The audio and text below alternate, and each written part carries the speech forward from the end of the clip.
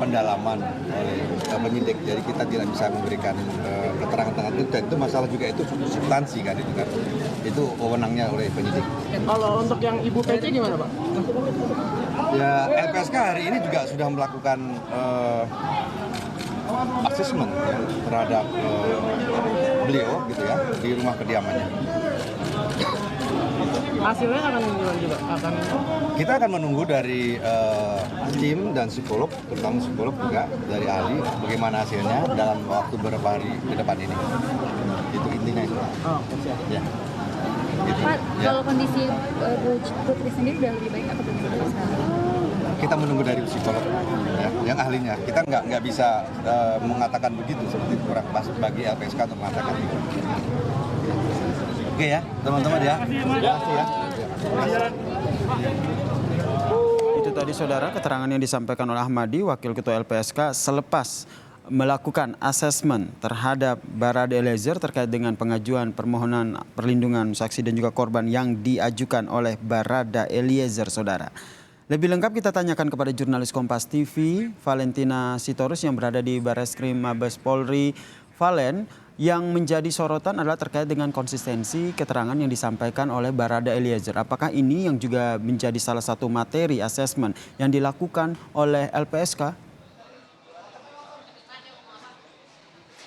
Iya Yasir dan juga saudara, sebenarnya jika melihat bagaimana tujuan dari LPSK untuk datang ke Barreskrim Polri, ini kan sebenarnya ada agenda untuk mengkonfirmasi ataupun juga berkoordinasi dengan tim penyidik maupun juga tersangka Barada Eliezer. Yang dipastikan dari kepada tim penyidik itu adalah apakah atau bagaimana kebenaran daripada pengakuan Eliezer terkait bahwa tindak pidana pembunuhan yang dia lakukan terhadap almarhum Brigadir Yosua sebelumnya adalah perintah atasan atau tidak. Kemudian kepada Barada Eliezer ini tentu yang dipastikan adalah kemauan atau pengajuan dirinya untuk mau menjadi justice kolaborator. Nah, kemudian memang konsistensi ataupun pada prinsipnya ini sebenarnya LPSK ini terbuka kepada siapapun yang berani mengajukan dirinya sebagai justice kolaborator. Tapi memang sampai sekarang kami belum mendapatkan keterangan pasti apakah dari koordinasi ataupun juga asesmen yang dilakukan kepada tim penyidik ataupun juga Barada Eliezer ini kemudian membuat LPSK untuk memenuhi permohonan Barada Eliezer untuk menjadi justice kolaborator, karena ada sejumlah syarat ataupun juga pertimbangan yang pasti juga akan dipikirkan oleh LPSK, yang mana memang bagaimana konsistensi dari Barada Eliezer ini dalam mengungkap kebenaran yang sudah disampaikan kepada pihak penyidik. Tapi konfirmasi melalui penasehat hukum Barada Eliezer dalam hal ini adalah Deolipa kemarin ketika berkunjung ke Barreskrim Polri untuk kemudian melengkapi BAP dan juga informasinya ada gelar perkara yang dilakukan, ini menyebut bahwa tidak ada perubahan yang disampaikan oleh Barada Eliezer baik kepada tim penyidik hingga saat ini maupun harapannya juga yang disampaikan kepada LPSK yang baru saja tadi selesai berkoordinasi atau melakukan asesmen kepada Barada Eliezer. Disebutkan bahwa persyaratan atau klarifikasi bahwa seseorang untuk bisa dijadikan justice kolaborator ini ada sejumlah pertimbangan Yasir dan juga saudara. Yang pertama adalah peran daripada Barada Eliezer begitu saat kooperatif dalam menyampaikan keterangan-keterangannya untuk bisa mengungkap siapa pelaku utama dalam kasus yang sedang disangkakan kepada dirinya. Nah, tentu komitmen juga diperiksa oleh LPSK begitu. Bagaimana Barada Eliezer untuk bisa kooperatif untuk menyampaikan apa saja yang ia ketahui saat tragedi pembunuhan ini terjadi, baik dari proses penyidikan hingga nanti saat persidangan.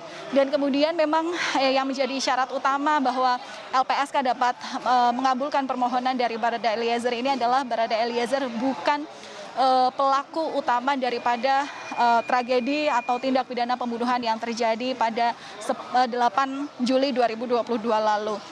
Tapi yang jelas memang di sini dari LPSK juga mempertimbangkan dari pasal yang disangkakan tim penyidik kepada Eliezer ketika Eliezer setelah ditetapkan sebagai tersangka per 3 Agustus 2022 lalu, di mana pasal yang disangkakan itu ada di pasal 338 KUHP tentang pembunuhan, junto pasal 55 dan 56 tentang persekongkolan.